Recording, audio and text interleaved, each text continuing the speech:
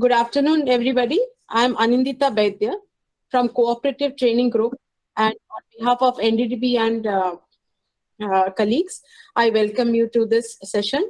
आज का सेशन जो है ये इस सीरीज का तीसरा सेशन है. The title of the session is Innovative Solution for Management of Antimicrobial Resistance. So to go ahead with the session, I would like to introduce Dr. Pankaj Datta from the Animal Health Group of NDDB, and he will be taking you forward in the session. So over to you, Dr. Pankaj. Namaskar, ma'am. Thank you. So good afternoon to all. So I really appreciate that you have participated in this event. So can I share my slides? Yes. Just I will share my slides. So our main objective, Madam has already told that we want to share the learnings from ITF presentation. That is innovative solutions for management of antimicrobial resistance. So मैं हिंदी और English दोनों पे थोड़ा थोड़ा बोलने के लिए कोशिश करूंगा. So the overall presentation, that is first is what is antimicrobial resistance. After that we will discuss the learnings from Dr. Gavings, that is during IDF presentation September 2022. After that we'll go for presentations from Dr. Sung from FAO, and after that at last that is from Dr. N. Punyamurthy IDF presentation. So after that we'll go with our own initiatives, that is mainly on initial field findings on antimicrobial resistance, then antimicrobial surveillance, and what are the findings we have, and what are our experiences of use of ethnoveterinary medicines, and at last the impact of ethnoveterinary medicines on antibiotic residues and medicine uses. So now what is antimicrobial resistance?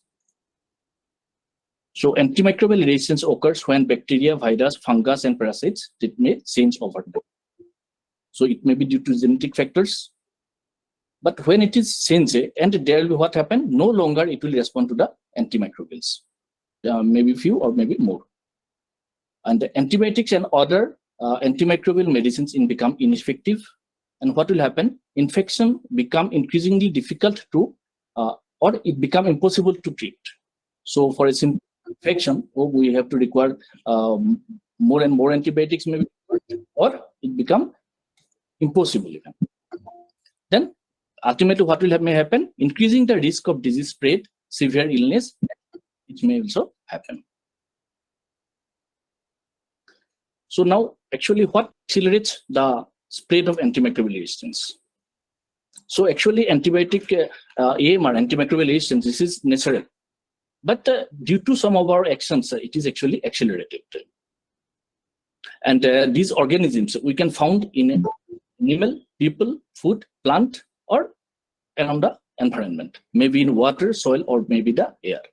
And that can be spread from person to person or from person to animals, and including the food of animal origin like meat, milk, etc. What are the different drivers of antimicrobial resistance? So first, that is the misuse and overuse of antimicrobials. Then lack of access for clean water, sanitation, and hygiene for animal and as well as human. Then for disease prevention, poor disease prevention and control of healthcare facilities. Then poor access to quality medicine, vaccine, and diagnostics, preventive care. Kam hoga to. Then this is a measure, that is a lack of awareness and knowledge about it. And lastly, not the least, but this is regarding lack of enforcement of legislation.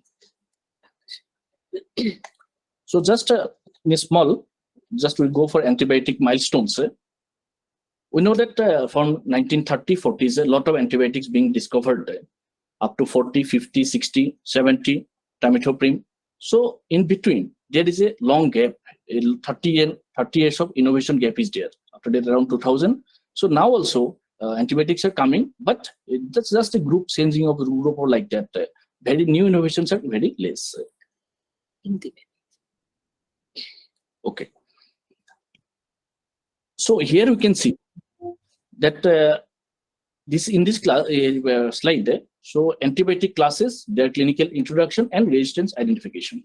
तो 3 चीजें इसमें दिया हुआ है जो green पे दिखाई दे रहा है. This is the first clinical trial पे जब यूज किया था, and this is the red bar, that is when it was first reported, that resistance was first reported. In few cases we can see जब मतलब start हुआ था clinically, during that time it start become means reporting resistance of antibiotic देखा गया था. तो फिर there are some antibiotics where you can see purple color, जिस साल पे ये start हुआ था antibiotic clinical use, at the same year resistance pattern भी दिखाई दिया था. So this is a natural process, but we are expecting it. So there is the danger that the ignorant man may easily underdose himself, and by exposing his microbes to non-lethal quantities of the drug make them resistant. So this during the Nobel Prize lecture, Alexander Fleming told that is in 1945, 11th December. Now it is actually happening. So if we see the overall AMR situation in the world, just I think एक sentence यहाँ पे काफी है.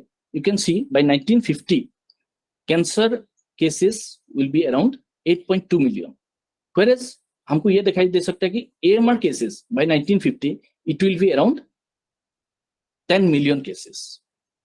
So one line is enough, I think. And along with that there will be a lot of economic losses, around 100 trillion worth output. GDP also will be now 2 to 3.5% reduction will be there. What is the AMR situation in India? Around 50 to 60,000 newborns actually every year death hota hai due to antimicrobial resistance program. And हमको पता है कि India सबसे ज्यादा antibiotic use करता है in human, and this consumption rate actually increased by 40% in between 2005 to 2009, and we are the 4th largest consumer of antibiotics. हम veterinary पे 4th largest है जो antibiotic consume करते हैं. So this is one slide on World MRSA Day. MRSA, methicillin resistant Staphylococcus aureus. So ये क्या है कि एक डे इसके देना पर. So what is the significance? क्या इंपॉर्टेंस है? 2 अक्टूबर को ये देते हैं. स्टेफाइलोकस ओरियस जनरली नेजल स्किन पे रहता है या जो एंटीरियर ईयर्स पे नाक के आगे पार्ट में रहता है कुछ आदमी का. बट जब ये इन्फेक्शन करते हैं, देयर इज यू सी यहाँ पे human patients with MRSA infection are 64% more likely to die due to unresponsiveness of beta lactam antibiotics and vancomycin. So dangerous. MRSA में क्या होता है कि बीटा-लैक्टम एंटीबायोटिक एंड वैंकोमाइसिन ये काम नहीं करेगा तो अराउंड 64% डेथ होने का चांसेस ज्यादा हो जाता है in those patients. Okay, with this starter, just we are going for a learning from Dr. Havings during idea presentation. So he is the associate professor in Ohio State University. So he talked about antimicrobial use and antimicrobial resistance issues in dairy sector. So he states that this is a very slow moving but overlooked pandemic, and during 2019 itself 1.27 million deaths occurred due to antimicrobial resistance, and which is comparable to the death of HIV and malaria. And उनने एक story भी यहाँ पे share किया एक लड़की का जिसका कुछ इश्यूज था, हेल्थ प्रॉब्लम्स था, और उसमें कुछ ई कोलाई स्ट्रेन्स था जिसमें एंटीबायोटिक रेजिस्टेंस था, और उनको जब हॉस्पिटलाइज किया गया during that time antibiotic resistance के कारण तो उनको अराउंड 3 months उनको हॉस्पिटलाइज होना पड़ा, और 3 months के बाद एक के बाद एक एंटीबायोटिक देते गए डॉक्टर ने. बट जब इंप्रूवमेंट नहीं हुआ, लास्टली उन लोगों ने यूज किया लास्ट रिसोर्ट दैट इज कोलेस्टिन, और लकीली कोलेस्टिन रेस्पॉन्ड किया. बट तब तक उनका काफी इन्फेक्शन बढ़ गया था. उन्होंने एक हार्ट का कुछ पैरालिसिस हो गया था, आंख का कुछ इश्यूज आ गया था, काफी उन्होंने लॉस किया. So he also talked about complexity of antimicrobial resistance. We already know what are the defined mechanisms of how that antimicrobial works and how this antimicrobial resistance are coming. So we are not going for the details, but it may be due to that horizontal gene transfer, maybe due to plasmids, then co-selection of resistance, that एक antibiotic दिया और दूसरा antibiotic उसके कारण भी वो भी काम करना बंद कर दिया. Then environmental dissemination, हमने दूध पिया, मान लो दूध के थ्रू ये, just one example, it can be go to the animals, it can be come to the humans, and it can be go to the environment also, if there is presence of resistant bacteria or in any food system. And one thing that in clinical cases, maximum antibiotics we are using, those cases like lameness, and this is endometritis, metritis, then mastitis, and then cough food diseases like diarrhea. So यहाँ पे हमको ये देखना है कि कहाँ पे actually हमको एंटीबायोटिक यूज करना जरूरी है, कहाँ पे नहीं. You have to think about that. So means that judicious use of antimicrobials है. उनने एक स्टडी किया था, ये देखा था कि कुछ फार्म पे उन्होंने स्टडी किया था, काफी फार्म्स ऐसा था जिन लोगों ने अलग अलग मतलब एंटीबायोटिक का डोजेज यूज कर रहा था, और उन्होंने देखा था काफी में काफी ज्यादा एंटीबायोटिक यूज कर रहा था जहां पे जरूरत है उससे ज्यादा. In same case in case of wheel coughs also उन्होंने नोटिस किया था. सो जो टोटल हम एंटीमाइक्रोबियल यूज करते हैं, क्यों करते हैं? When there is some disease incidence, वहां पे हम सिलेक्टिवली जब ये लेंगे कि कौन सा डिजीज में एंटीबायोटिक से काम चलेगा या otherwise without antibiotic we can manage the case. So there are two things, one is prevention and second is judicious use of the antibiotics. उन्होंने एग्जाम्पल दिया था that failure of a transfer of a passive immunity, उन लोगों ने observe किया था कि mail calf where around 21% में ये passive immunity, transfer passive immunity कम था, और वेयरएज हेफर रिप्लेसमेंट उसमें 12% के आसपास था. तो ये जो 21% मेल काफ को उन्हें सेल करने के लिए गया था, तो उस during that time transportation and distribution, so there is a chance that it may be transmitted, it may gain the other diseases from other calves or from surrounding. So वही एनिमल जब दूसरा फार्म पे जाएगा वो एक source बन के जाएगा. So how we can prevent? He also talked about the barriers of judicious use. क्या क्या barrier mainly है? So first is that is lack of knowledge of skills. एक डॉक्टर हमेशा फार्म पे रह नहीं सकता है, तो उसके लिए जो ओनर है, जो वर्कर है, उनका भी सर्टेन नॉलेज लेवल या स्किल लेवल होना जरूरी है, सो दैट उस टाइम पे उन्हें कुछ डिसीजन ले पाए. And second is language barrier. Language समझ में नहीं आएगा, वो एक प्रॉब्लम आ सकता है. Literacy level and lake of guidelines. ये काफी हमारा इंडिया के केस में भी रहता है कि हम कौन सा टाइम पे एंटीबायोटिक यूज करें या एंटीबायोटिक यूज ना करें, ऐसा कोई गाइडलाइंस का जरूरत है. तो उन्होंने कुछ सर्वे किया था जो here in the first you can see case severity he has taken from 1 to 4, 1 to first to second, where there is no need और नहीं देंगे तो भी चलेगा, तो वहां पे भी एंटीबायोटिक का काफी यूज हो रहा है, around 40%. तो हम ये we have one opportunity to reduce the antibiotic use here. So in next survey, so एक क्वेश्चन पूछा था, एक स्टेटमेंट है that antibiotic use in livestock leads to bacterial infections in people that are more difficult to treat. ये दो group था, एक conventional producer था और सेकेंड इज ऑर्गेनिक प्रोड्यूसर. तो इसमें ये है कि उन लोगों ने देखा कि ये डिसएग्री किया मैक्सिमम केसेस में, अराउंड 60% लोगों ने, कि एंटीबायोटिक हम एनिमल पे यूज करेंगे तो ह्यूमन के कोई प्रॉब्लम नहीं आएगा. बट जो ऑर्गेनिक प्रोड्यूसर्स है उन लोगों ने, काफी लोगों ने एग्री किया कि ये जरूरत है. तो मीन्स द एटीट्यूड, तो हम सोचेंगे कि एंटीबायोटिक हमारे लिए मतलब पीपल के लिए हार्म कर सकते हैं क्या नहीं कर सकते, वो मनोभाव कैसा है हमारा. Then another is that he has decision tree protocols regarding the diarrhea treatment protocol. जो fecal score है जहाँ पे 0 and 1 है, तो वहां पे उन्हें ये बताया है कि ट्रीटमेंट का कोई जरूरत नहीं है, मतलब ट्रीटमेंट नहीं, मतलब एंटीबायोटिक का कोई जरूरत नहीं है. And score 2 and 3 where is temperature below 103 है, and animal एक्टिव है, काफ एक्टिव है, दूध पूरा पी रहा है, so in that case oral antibiotic में वो टेम्परेचर ज्यादा है 103 and above, एनिमल को थोड़ा सा डाल लग रहा है, in that case मेडिकेशन का जरूरत है. and actually recommended when it is around 99 to 103 but above, and drink slow or may not at all and become down. सो जो इवैल्यूएशन स्कोर है ये भी उन्होंने बताया है, जैसे सनकर्न स्किन के लिए स्कोरिंग ऑफ डिहाइड्रेशन कैसे हमको ले सकते हैं. So what is the major takeouts? So prevention of disease is the main factor, that is through either vaccination, biosecurity protocol. Second, determining the proper dose of treatment, and third, training of the farm personnel. These are main 3 takeouts from his session. Then next session, it was from learnings from Dr. Sam from FAO Italy. She has mentioned that actually 40 out of 160 countries, they are using antimicrobials as growth promotion, for growth promotion. For that, 73% of all antimicrobial sold globally are used in food animals. Food animals पे सबसे ज़्यादा use हो रहा है. And 76% of these antibiotics are also important in human medicine. And जो antibiotic हम दे रहे हैं, this 80% of these antibiotics consumed by animals are excreted, non-metabolized. जैसे था ऐसे ही निकल, मतलब environment पे जा रहा है.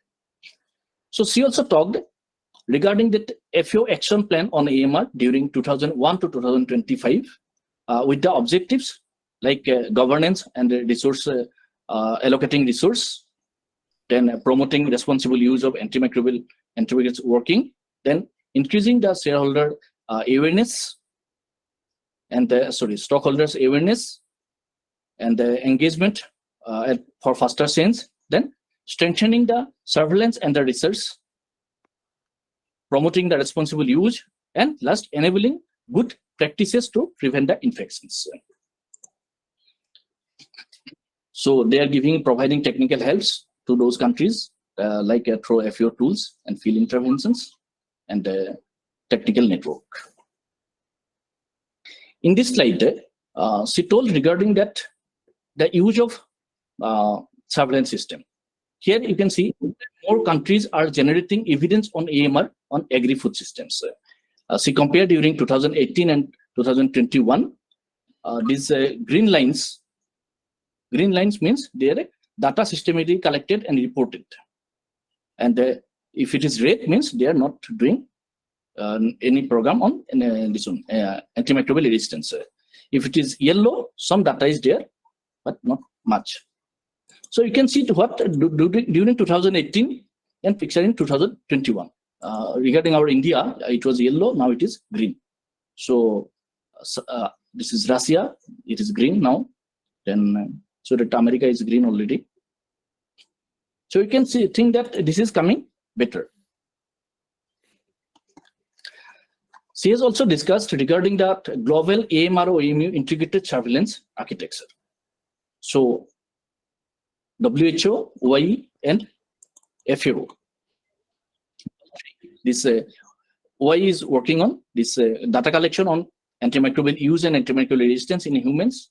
Then the World Organization for Animal Health, or earlier OIE, that is collecting data on AMU in animals, and FAO collecting data on AMU in plant production and protection, and AMR in animal and food. So ultimately, a global integrated system for surveillance of AMR and AM. So FAO has developing one data platform, that is INFARM, International FAO Antimicrobial Resistance Monitoring. So actually different organizations have that WHO, who's a GLAS, and India also having some this platform like this. So what is this INFARM objective? This is to support the countries for collection, analyzing, use their AMR data from animal and food. And second, to facilitate the countries to publicly share the AMR data. These are the main 2 objectives. So here she has shared some experience regarding behavioral changes through the farmer field school model. So this was a project that was funded by Fleming, Fleming Fund at Africa, and she has seen that those farmers which are in farmers field school model, for example, like that, give antibiotics when the birds are sick. So yes, they are selling around 41%. 41% ने बोला है yes, मेरा मतलब bird जब बीमार लगेगा मैं तभी antibiotic दूंगा. तो ऐसा कुछ इंप्रूवमेंट उसमें देखा है। तो और उन्होंने रेड लाइन में जो फोकस किया है उसमें देखिए जब से उन लोगों ने ये जो एफएओ का उन्होंने जो लर्निंग्स लिया है, there is increased production compare to previous year, then better profits compared to previous year. So these are good things and boost skills and confidence also. Here you can see there is a comparison between FSS participant and non-FSS participant, where you can see FSS participant, that 65% they call one animal health professional. There is a sickness in their animal, and they also received one prescription from the practitioners when there is some sickness. Whereas in case of non-FSS participant, you can see it is very less. So overall, what are the guidelines and how to use of antibiotics effectively and responsibly in dairy production? This is about disease prevention through biosecurity and better vaccination and good animal husbandry, and do not use the antibiotics as purgatives, and use only antibiotics when a veterinarian has diagnosis disease specifically. Few guidelines. And what are the major takeaways? So already we had discussed that few things, that there is a tripartite combination of WHO, then OI and FAO for global platform, and training is the key things here, and there is a requirement of national action plan for this AMR surveillance. So these are the major takeouts. So last presentation was from Professor N. Punyamurthy. So he was the professor and head from Donovas. Now he is working as Professor Emeritus in TDU, and his topic was on ethno-veterinary herbal medicine for clean milk production, a successful model for the world. So he discussed regarding our unbroken tradition of that 4,000 years. He discussed regarding the codified medicines and oral and folk medicines. Codified medicines like Siddha, Ayurveda, Unani, but along with this, there are a lot of large body of knowledge which are actually passing through mouth to mouth. तो उन्होंने ये बताया था कि इथनोवेटनरी herbal जो medicine है ये actually animal के लिए है, और जो जनरली माउथ टू माउथ हमारा पास हो रहा है एक जनरेशन टू जनरेशन. देन उन्होंने और भी डिस्कस किया था जो प्लांट, एनिमल और जो माइक्रोब्स है, इन तीनों का एक्चुअली रिलेशन क्या है, ये एक को इवोल्यूशन के थ्रू पास किया है. जैसे सिर्फ हम अकेले सिर्फ कुछ कर लेंगे ऐसा नहीं होता है, ये इंटर रिलेटेड है ना. माइक्रोब्स को हम भूल नहीं सकते, माइक्रोब्स का भी एक क्रिटिकल रूल है. एंड उनने और भी बात किया था, जैसे हमने बात किया ग्लोबल एक्शन प्लान के ऊपर, वो WHO, FAO, OI ने बात किया. देन उन्होंने बात किया जैसे हम EVM पे यूज करते हैं aloe vera, turmeric, then calcium oxide, ये आई थिंक मैक्सिमम लोगों को पता है. तो जब इन्होंने स्टार्ट किया था मेस्टाइटिस के लिए, इसलिए किया था क्योंकि मेस्टाइटिस में काफी ज्यादा एंटीबायोटिक यूज होता है, और उन्होंने जब ये now it is actually spreading all over India and काफी लोग यूज करते हैं, एंड उन्होंने ये बताया है कि ये क्लीन मिल्क प्रोडक्शन में हमको काफी हेल्प कर सकते हैं. Only use of this few things like aloe vera, very commonly we can get turmeric. So उन्होंने और बात किया दैट इंफॉर्मेशन फ्लो एनालिसिस, वो एक्चुअली लाइक एक बिग डाटा एनालिसिस है. तो उन्होंने ये बताया है कि IFA रिजल्ट्स ये इंडिकेट करते हैं जो हर्बल फॉर्मूला है वो एक्चुअली काम करते हैं, उसका जो कॉन्स्टिट्यूट है वो इम्यूनो रिस्पॉन्स लाने पे काम करती है. And in this slide he has showed regarding the different cases treated, क्या क्या केसेस ट्रीट किया था. लाइक पायरेक्सिया मीन्स बुखार के लिए ट्रीटमेंट किया था, वहां पे अराउंड क्योर रेट मिला था 85%. देन डायरिया में क्योर रेट मिला था अराउंड 88%, मेस्टाइटिस में अराउंड 83%, एंड टोटल FMD का भी केसेस है जहां पे हमको काफी ज्यादा है 93%, और ओवरऑल अराउंड 53,000 केसेस किया था जहां पे 86% रिजल्ट मिला है cure rate. So major takeout क्या है, तो we should popularize the EVM and there should be some collaboration.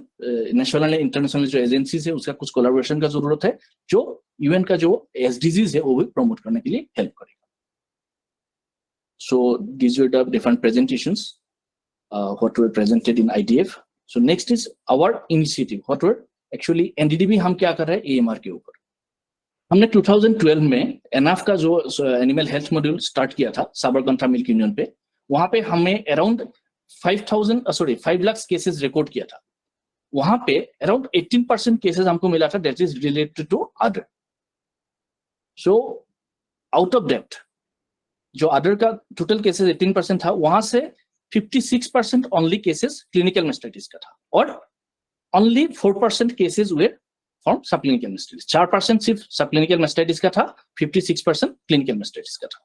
But बात ये है, सबक्लिनिकल मेस्टाइटिस का जो प्रिवेलेंस है या जो भी होता है वो काफी ज्यादा होता है क्लिनिकल मेस्टाइटिस में.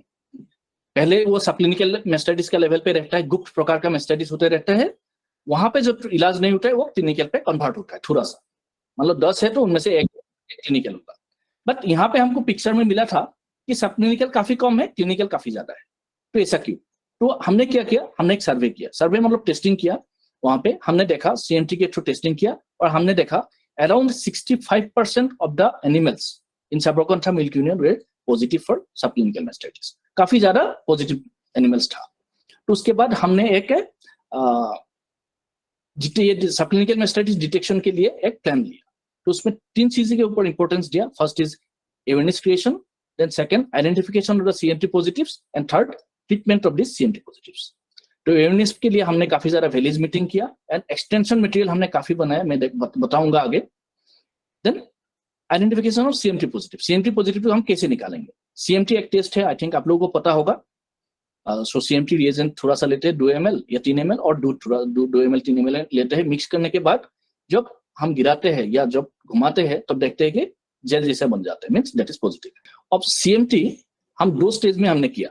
एक है फुल मिल्क सैंपल, मतलब जो फार्मर दूध लेके आ रही है 2-3 गाय का, उनका थोड़ा सा दूध लेके हमने टेस्ट कर लिया. वहां पे नेगेटिव है तो ठीक है, प्रॉब्लम नहीं है. पॉजिटिव है, पॉजिटिव निकला, मतलब जेल जैसा बन गया. तो what we do, we go to there farmers place, उनका घर पे जाएंगे और वहां पे इंडिविजुअल जितना गाय है, 2 या 3 गाय था, सबको टेस्ट करेंगे. तो जो एनिमल पॉजिटिव आएंगे तो उनका ट्राइसोडियम सैक्टेट देते हैं. ट्राइसोडियम सैक्टेट कितना देते हैं? 10 ग्राम फॉर 10 डेज.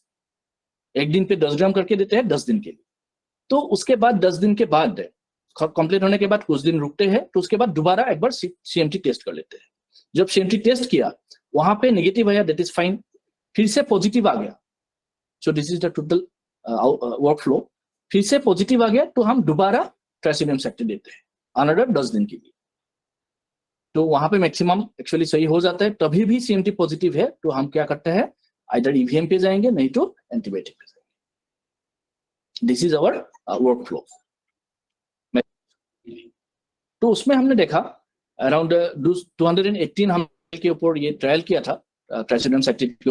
हमने देखा था अराउंड 90% एनिमल सही हो गया था 2 बार ट्राइसोडियम सैक्टेट देने के बाद. तो same way when we proceed every 2 months हमने कंटिन्यू किया. हमने देखा ये 55% ऑफ CMT पॉजिटिविटी वहां से जाके ये 17% तक कम हो गया था. ये हुआ था साबर मिल्किंग ड्यूरिंग 15 to 17. तो हमने कुछ लिफलेट पोस्टर वगैरह बनाया, उसके ऊपर ये अलग अलग लैंग्वेजेस पे है, अराउंड 12 लैंग्वेजेस पे ये अवेलेबल है. तो उसके साथ साथ हमने क्या किया था, मिल्क सैंपल भी टेस्टिंग के लिए लेके आए थे लेबोरेटरी में. एंड वहां पे कुछ मतलब बैक्टीरिया कौन सा अगेंस्ट काम करेगा और कौन सा अगेंस्ट रेजिस्टेंट है. तो यहाँ पे हमने देखा था सबक्लिनिकल मेस्टाइटिस का रेजिस्टेंस जो है ना, देखिए इसमें कुछ एम्पिसिलिन, क्लोक्सासिलिन 98% रेजिस्टेंस, मतलब ये काम ही नहीं करेगा. फिर कुछ एंटीबायोटिक है जो कॉमन है बहुत, 4% जेंटामिसिन 4% रेजिस्टेंट है, मतलब बाकी सेंसिटिव है, मतलब ये काम करेगा. तो सेम पैटर्न हमको इसमें भी दिखाई दिया था क्लिनिकल मेस्टाइटिस केसेस में भी मोर और लेस. तो हमने क्या किया, हमने अलग अलग मिल्क यूनियन पे एक सर्वे किया, मतलब उन लोगों कौन सा एंटीबायोटिक सबसे ज्यादा यूज करते हैं. तो यहाँ पे हम देख पाएंगे कि सबसे ज्यादा जो एंटीबायोटिक यूज कर रहा है डिफाइंड मिल्क यूनियन, ये जो 1 to 3 है डिफाइंड मिल्क यूनियन का नाम है, हमने नाम नहीं दिया, उसकी जगह नंबर दे दिया. तो बीटा लैक्टम सबसे ज्यादा यूज होता है, followed by sulfa and quino like this. तो सेम पैटर्न हमको एंटीबायोटिक रेसिड्यू टेस्टिंग पे भी मिला. इसमें हम एक्चुअली इसमें नहीं जा रहा है कि जो लिमिट है FSI का लिमिट पे वो नहीं जा रहा है, बट देयर इज प्रेजेंस और एब्सेंस, उसमें हम जा रहे हैं. तो उसमें हमने देखा तो काफी मिल्क सैंपल पे ये एंटीबायोटिक प्रेजेंट है. ये सबसे ज्यादा कहाँ है आपका बीटा लैक्टम. तो सेम फॉलो हुआ, इसमें जैसे था और वहां पे भी सेम पैटर्न फॉलो हुआ. तो हमने स्टार्ट किया कि मिल्क यूनियन को, हमारा जो प्रोजेक्ट है, तो वहां पे जितना मिल्क यूनियन पार्टिसिपेंट या प्रोड्यूसर कंपनीज है, तो वहां पे हमने किट भेजने के लिए शुरू किया, जहाँ पे सब कुछ हम स्टेरिलाइज्ड पैक्ड देते हैं, इंडिविजुअली पैक्ड देते हैं. एक ग्लोब्स है, इंडिविजुअली पैक्ड है, then gloves, then test tube, so that contamination का चांस सबसे कम है. इसमें क्या होता है, जो बैक्टीरिया नहीं आना चाहिए वो आ जाता है, बट एक्चुअली जो कॉजिटिंग एजेंट है ना, वो नहीं आता, मतलब क्रॉस कंटामिनेशन का चांस काफी रहता है.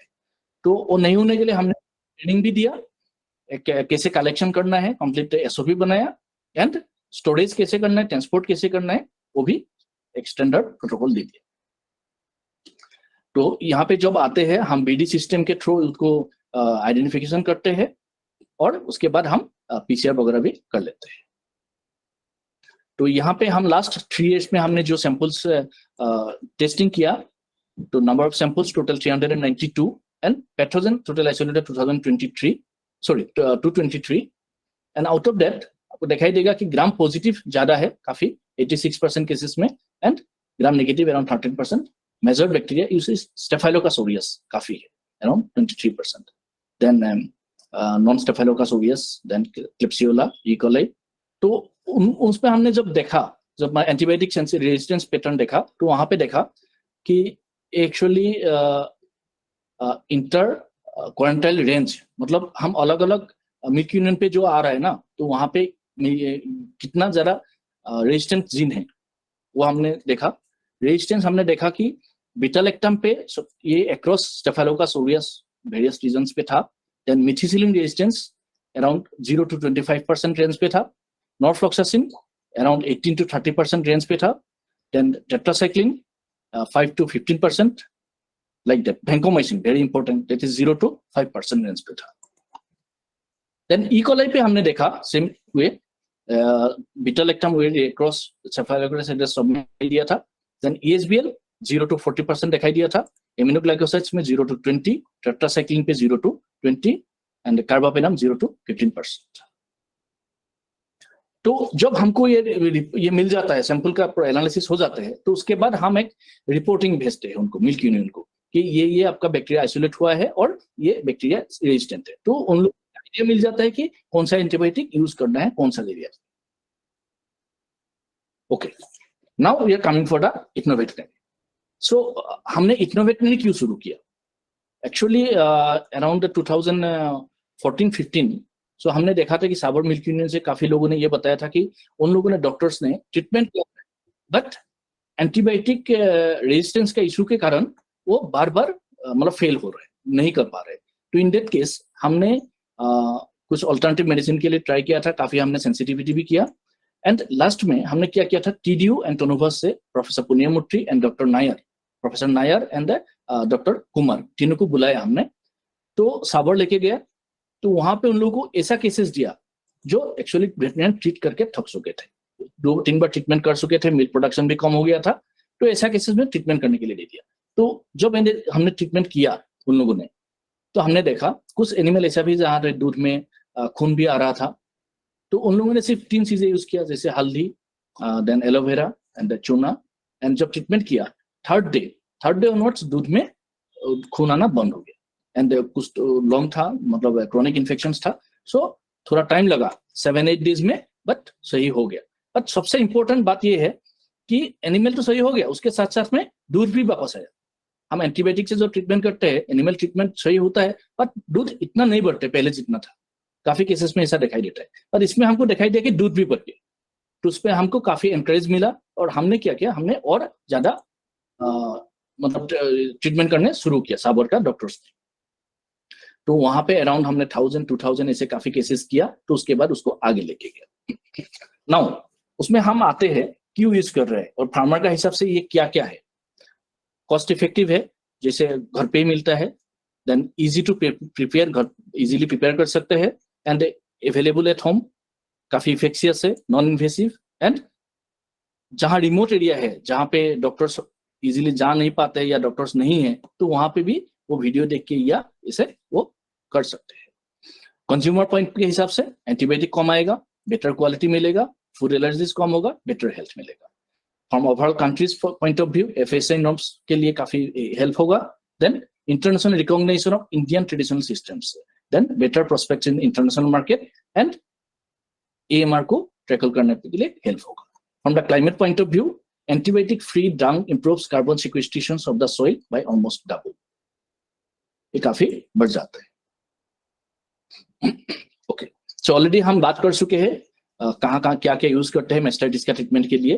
तो यहाँ पे जस्ट मैं थोड़ा सा बताना चाहता हूँ, हमने जितना केसेस किया है उसमें पहले कुछ जगह पे हमने देखा था क्यूर रेट काफी कम था. तो उसका कारण क्या था? एक्चुअली जैसे फॉलो करना है, जैसे दिया गया है, तो उस हिसाब से फॉलो नहीं करेंगे, इनके डेथ केस उनको रिजल्ट नहीं मिलेगा. जैसे यहाँ पे कैल्शियम ऑक्साइड हाइड्रोक्साइड ऑक्साइड जो चूना, उसका जो क्वांटिटी है, क्वालिटी है, उसके ऊपर भी डिपेंड करता है. और मतलब खराब क्वालिटी का लेंगे वो शायद काम नहीं करेगा. देन एलोवेरा आपने 250 ग्राम हमने बोला है फार्मर को. हम एक्चुअली हमको 250 ग्राम मेजर नहीं कर पाएगा. एक बड़ा वाला एलोवेरा पत्ता, then at least 2 handful of turmeric powder, like that we have to say. And जब हम यूज करते हैं 2-3 थिंग्स काफी इंपॉर्टेंट है. इसको हम कितना डाइल्यूट किया, जैसे हम आइदर विथ वाटर और ऑयल, अराउंड 200 ml ऑयल लेके उसको डाइल्यूट करना है. जब डाइल्यूट तभी वो अच्छे से काम कर पाएगा. काफी केसेस ऐसा आता है, जैसे हम जैसे बताया वीडियो देख लिया, उन्होंने कर लिया, उसके बाद फोन करके बता दे कि नहीं मेरा गाय सही नहीं हुआ.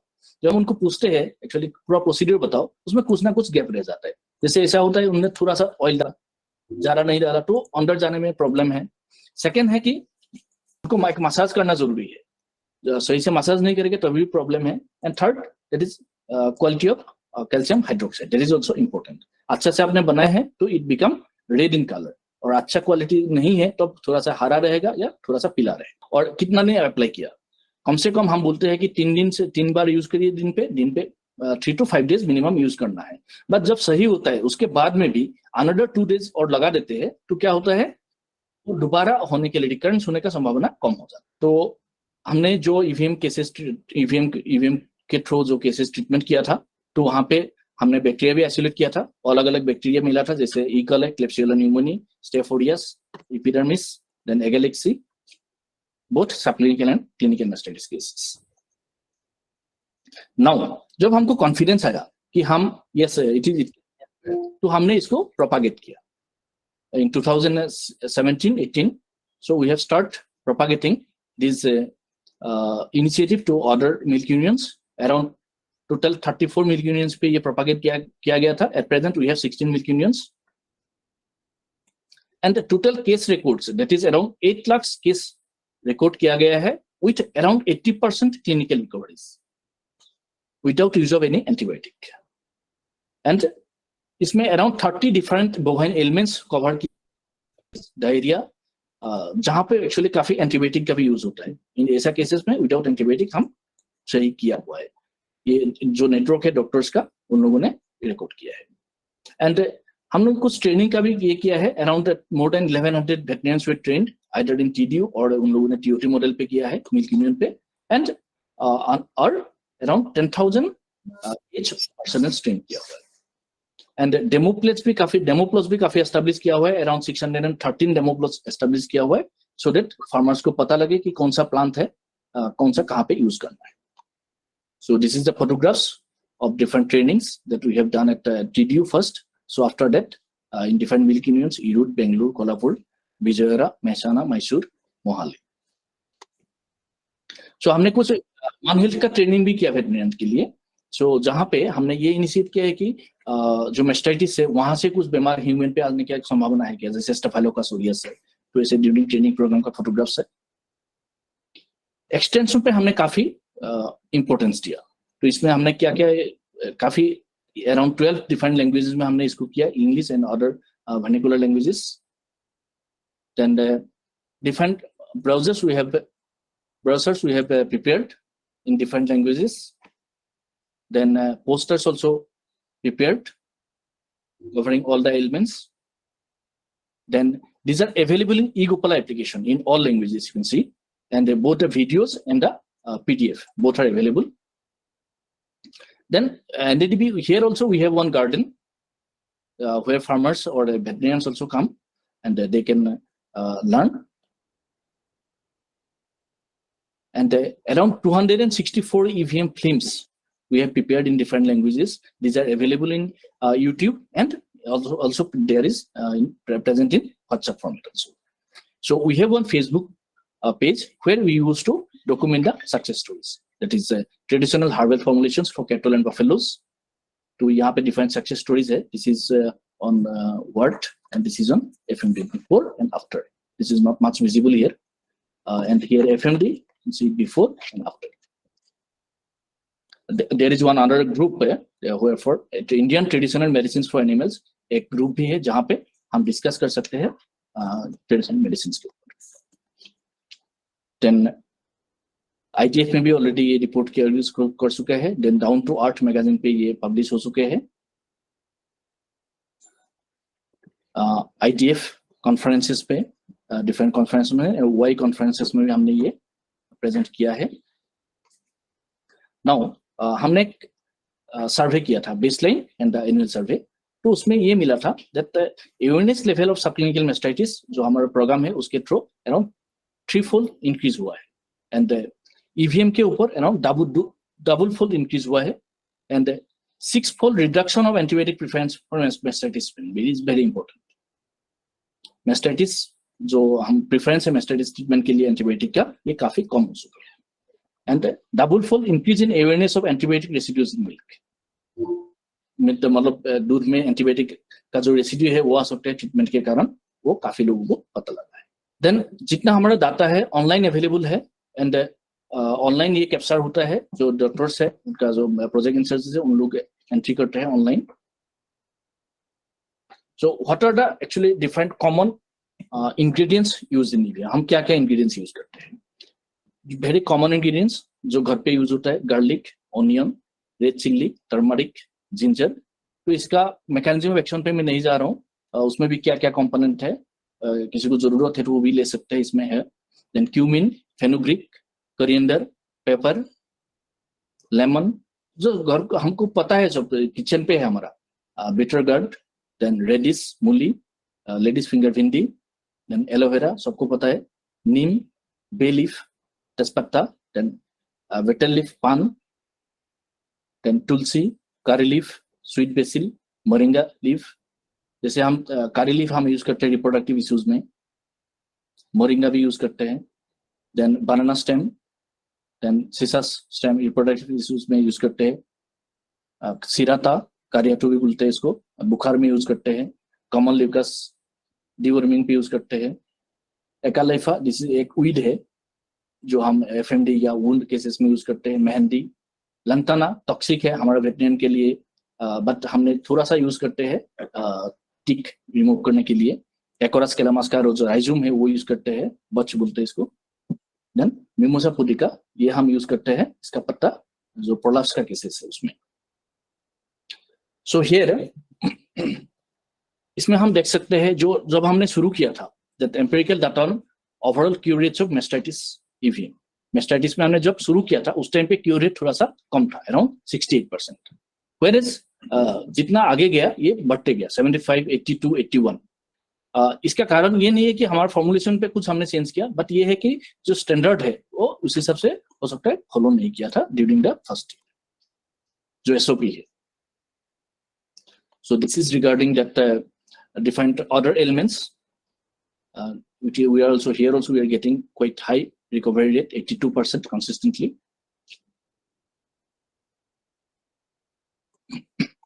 So this is the representation of ailments managed by EVM with having more than 1 lakhs empirical data. More than 1 lakhs cases हमने किया है mastitis का, 182 lakhs or 182,000 with having around 80% recovery rate. Fever, maximum non-specific जो fever होता है उसमें हमको मिला है more than 1 lakhs cases and 84% recovery rate. Then diarrhea also we can see around more than around 85% recovery rate we got. तो case कुछ ऐसा भी होता है एक मिल्क यूनियन पे जहाँ पे काफी टाइम्स मिल्क रिजेक्ट हुआ था due to some issues like sulfa medicine से. तो उन लोगों ने जब एंटीडायल फॉर्मुलेशन यूज किया काफी ज्यादा तो वो इश्यूज भी उनका कंप्लीट खत्म हो गया था. देन इंडाइजेशन केसेस में भी काफी हमको अच्छा रिजल्ट मिला है 84%. Then any stress cases maybe we can see around 75. All over blood in milk, repeat breeding, worm infestation, FMD cases. Here you can see we are getting very good results in FMD, 87%. Then these are the cases where around 500 to 5,000 to 10,000 empirical data हमारे पास है. जो metritis, endometritis, other edema, FMD foot lesion. ये हमने दो part में divide किया FMD को, oral lesion and foot lesion. Then wound, then ROP and blood. In cases में maximum पे हमको 80% मिला है, दो तीन में around 70-75% recovery rate है. These are the cases having in between 2,000 to 5,000 empirical data. You can see ectoparasitic control 83% recovery rate मिला है. ये काफी important है आजकल क्योंकि CCHF का काफी इशू गुजरात में भी है, अदर स्टेट में भी आ रहा है क्योंकि हमारे पास इतना नहीं है कि ectoparasitic control कुछ एक्चुअली प्रोजेक्ट का जरूरत है, but I think innovative medicine इसमें काफी हेल्प कर सकते हैं हमको. Then teeth obstruction also we are getting good results. Swollen downers का something lesser. Then agalexia, wart. Work में हमको एक्चुअली कम रिजल्ट मिल रहा है क्योंकि ये काफी दिन तक फॉलोअप करना होता है, अराउंड 21 डेज फॉलोअप होता है मिनिमम. सो काफी टाइम फॉलोअप कम होता है, उसके कारण ये थोड़ा सा कम रिजल्ट दिखाई दे रहा है. LSD also we are getting around 75% recovery rate. This is already we have shown what cases from Pune, from Madhuri Dhamale, doctor. So there are few case studies. I am not going for the details, just I will pass it, going through it. This is for repeat breeding cases. What are the requirements? That white radish, ये हम शुरू करते हैं actually 20 days protocol है. For the first 4 days, first day to white radish हम देते हैं. After that day 5 to 8 aloe vera whole leaf देते हैं एक पत्ता करके. And third means third part, that is day 9th and to day 14th drumstick का leaf use करते हैं, moringa leaf. And from day 13th to 16th harjur, Cissus quadrangulis 4 handful for 4 days हम देते हैं. And last curry leaf along with some turmeric powder. तो ये भी 4 handful along with around 10 gram of turmeric powder. ये हम 20 days का protocol है. जब हम देखते हैं कि इससे नेक्स्ट टाइम पे हिट में आ गया तो कंसीव हो गया, ओके, नहीं होता है तो पूरा प्रोसेस को और एक बार रिपीट करते हैं. तो ऐसे जब किया हमने 108 एनिमल्स के ऊपर हमने एक ट्रायल किया था, तो हमने देखा फील्ड स्टडी में, ये कोल्हापुर में था, तो अराउंड 77.78% एनिमल कंसीव हो चुके थे. एंड जितना भी कंसीव एनिमल्स है completely full term pregnancy and successfully calved है. So this is quite effective. So another case study और LSD actually around 2-3 साल पहले किया था, जब शुरुआत का टाइम था. उस टाइम पे हमने अराउंड 14 एनिमल्स के ऊपर किया था. Age group 1 to 7 years, 4 males and 10 female cattle. इसमें एक्चुअली LSD में हम 3 अलग अलग प्रिपरेशन रखते हैं. 2 ऑरल एडमिनिस्ट्रेशन खिलाना है and 1 is for topical explanation लगाना है. So first application that is called as 3 Kings. I think maximum लोगों को पता है 3 Kings में हम 3 चीजें यूज करते हैं. बेटल लीफ, पान का पत्ता 10 and black pepper 10 gram and common salt 10 ग्राम और जागरी मिक्स करके खिलाना होता है. First preparation. सेकेंड प्रिपरेशन पे हमको काफी अराउंड 8-10 इंग्रेडिएंट्स का जरूरत होता है. Garlic, coriander, cumin, tulsi, bay leaf, black pepper, betel leaf, चलत, प्याज मतलब, turmeric powder, serrata, then sweet basil, neem leaf, bel leaf and jaggery. तो टोटल प्रोसीड्यूर पे मैं नहीं जा रहा हूँ. ये खिलाना है एक को सुर के एक में, मतलब एक बार खिलाए, अल्टरनेट में खिलाना जरूरी होता है. और फर्स्ट डे में जैसे preparation 1 first dose every 3 hours लिए खिलाना होता है. सो after that second day 3 doses daily. And for preparation 2 first day 1 dose every 3 hours, and from second day onwards 2 doses feed daily until the condition resolved.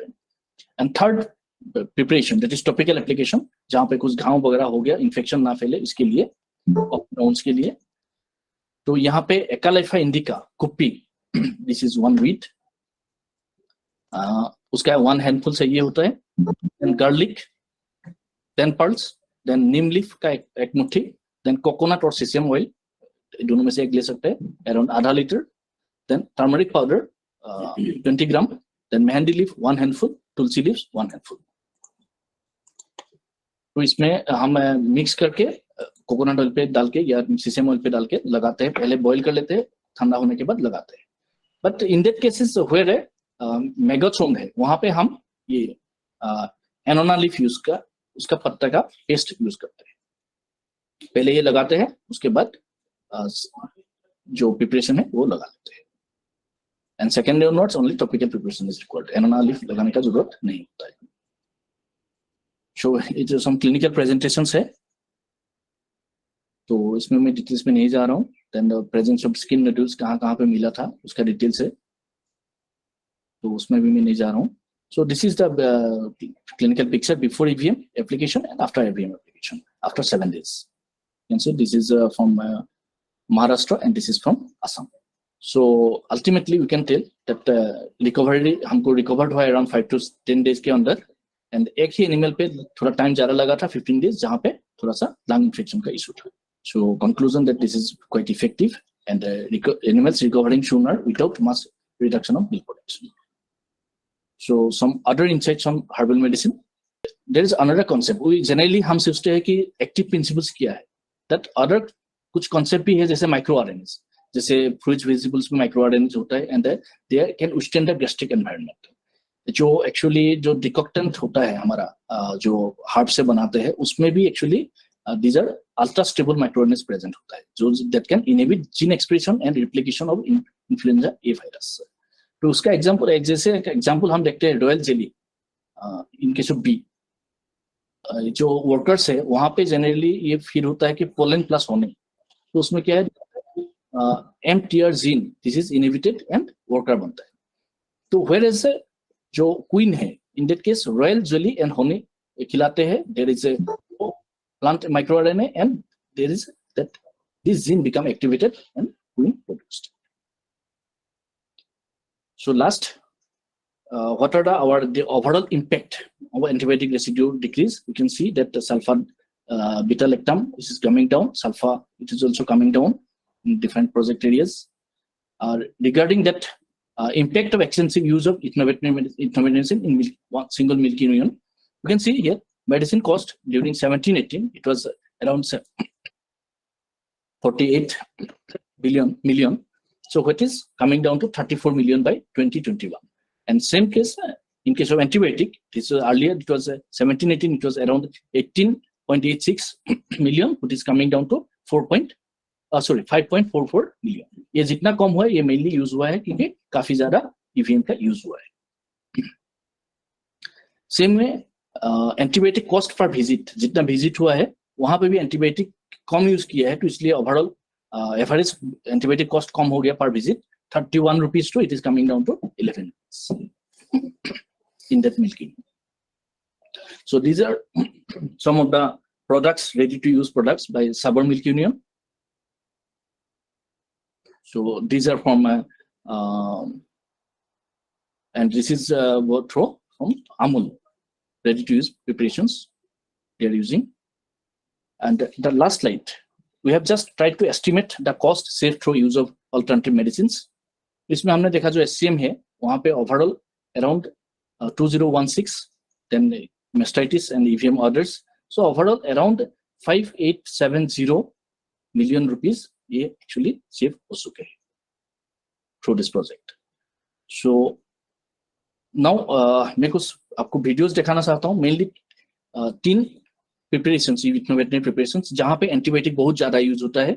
Mastitis, then pyrexia means fever के लिए भी मेस्टाइट use करते हैं, जहां पे हमने देखा हमारा जो ईवीएम का फॉर्मुलेशन से काफी अच्छा रिजल्ट मिलता है. एंड डायरिया काफी इकोनॉमिक है, बहुत कम पैसे खर्चा करके इसमें रिजल्ट मिल सकते हैं. So can we play this one? So Hindi या फॉर मेस्टाइटिस. थैला यानी मस्टाइटिस, थनैला रोग के लिए तेल आधारित अनुप्रयोग.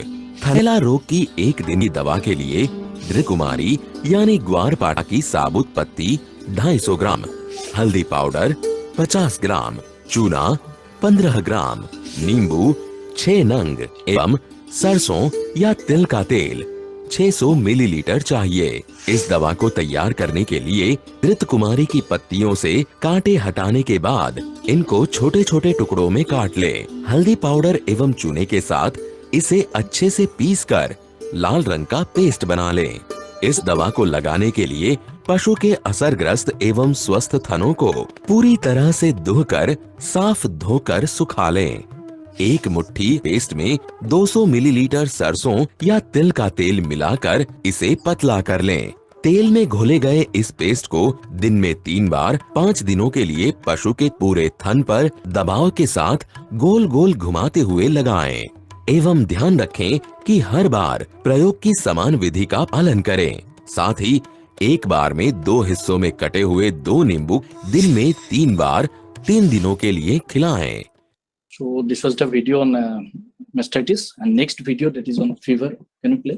बुखार यानी फीवर।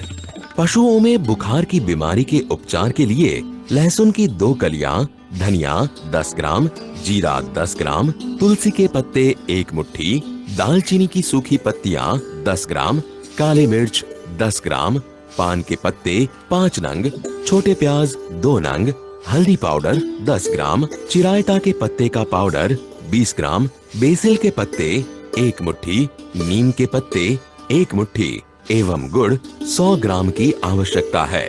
यह सारी सामग्री 1 दिन के उपचार के लिए है। इस दवा को तैयार करने के लिए जीरा, काली मिर्च एवं धनिये को 15 मिनट के लिए पानी में भिगो दें। सारी सामग्री को पीसकर पेस्ट बना लें और इस मिश्रण को मुंह के अंदर, तालु एवं जीभ पर लगाएं।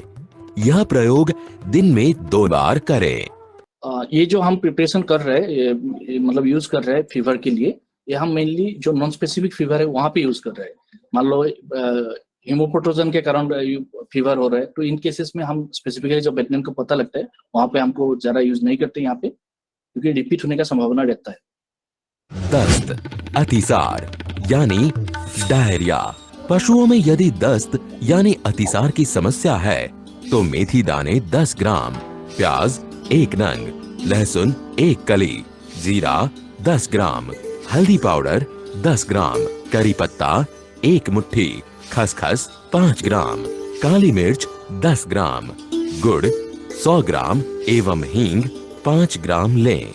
यह सारी सामग्री 1 दिन के उपचार के लिए है। इसे तैयार करने की विधि के लिए मेथी दाना, जीरा, खसखस एवं हींग को सूखा भून लें। भुनी हुई चीजों को ठंडा करके पीस लें। अब इसमें अन्य सामग्री मिलाकर पीस लें एवं पेस्ट बना लें और इसमें हल्दी पाउडर एवं गुड़ मिलाकर मिश्रण के छोटे छोटे लड्डू बना लें और तैयार लड्डू पशु को दिन में 1 बार खिलाएं। जब तक स्थिति सुधर न जाए, यह प्रयोग 1 से 3 दिन तक करें। थैंक यू डॉक्टर पंकज, आप सबको इस प्रोग्राम में शामिल होने के लिए बहुत बहुत धन्यवाद।